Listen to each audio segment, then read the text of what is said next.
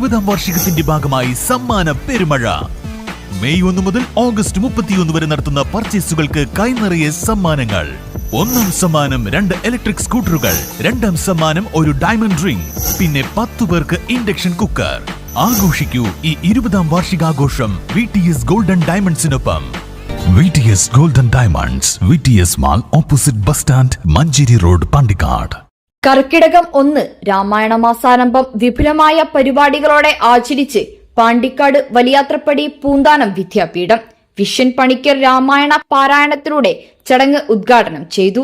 പരിപാടിയുടെ ഭാഗമായി നടന്ന സോപാനം ക്ലാസ് BVN സംസ്ഥാന സെക്രട്ടറിയും സംസ്ഥാന നൈതിക ശിക്ഷണ കോഓർഡിനേറ്ററുമായ പ്രമോദ് ജി നേതൃത്വം നൽകി.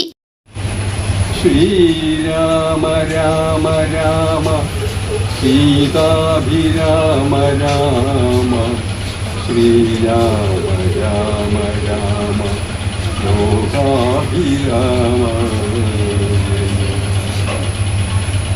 ശ്രീരാമ രാമ രാമ രാവണാന്തക രാമ ശ്രീരാമ.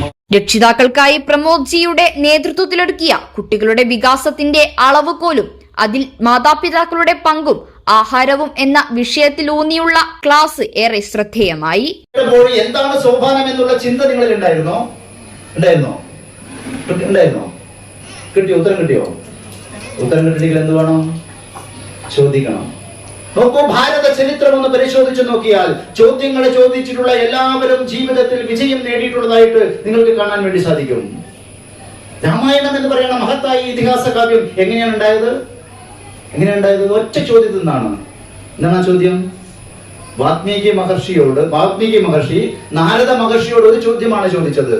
16 ഗുണങ്ങളുള്ള നരോത്തമൻ ഈ രാഷ്ട്രത്തിൽ ജീവിക്കുന്നുണ്ടോ, ഈ ലോകത്ത് ജീവിക്കുന്നുണ്ടോ എന്നുള്ളതാണ് ചോദ്യം. അപ്പോൾ നാരദ മഹർഷി പറയുന്നു, അങ്ങനെ ഒരാളുണ്ട്. അവിടെ നിന്നാണ് മഹത്തായ ഇതിഹാസ കാവ്യമായ രാമായണം എന്ന് പറയുന്ന കാവ്യം ഇവിടെ രൂപപ്പെട്ടത്. ഇനി ഈ രാമകഥ എഴുതിയിരിക്കുന്ന വാൽമീകി മഹർഷിയുടെ ജീവിതം എന്തായിരുന്നു?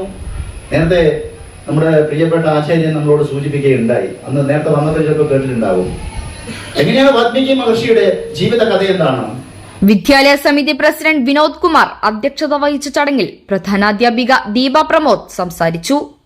Secretary Jayaraman, treasurer KK Rajesh, PVP trust secretary Baldevan, അധ്യാപകർ, ക്ഷേമസമിതി vice president Sreejith, joint secretary Deepu എന്നിവർ നേതൃത്വം നൽകി.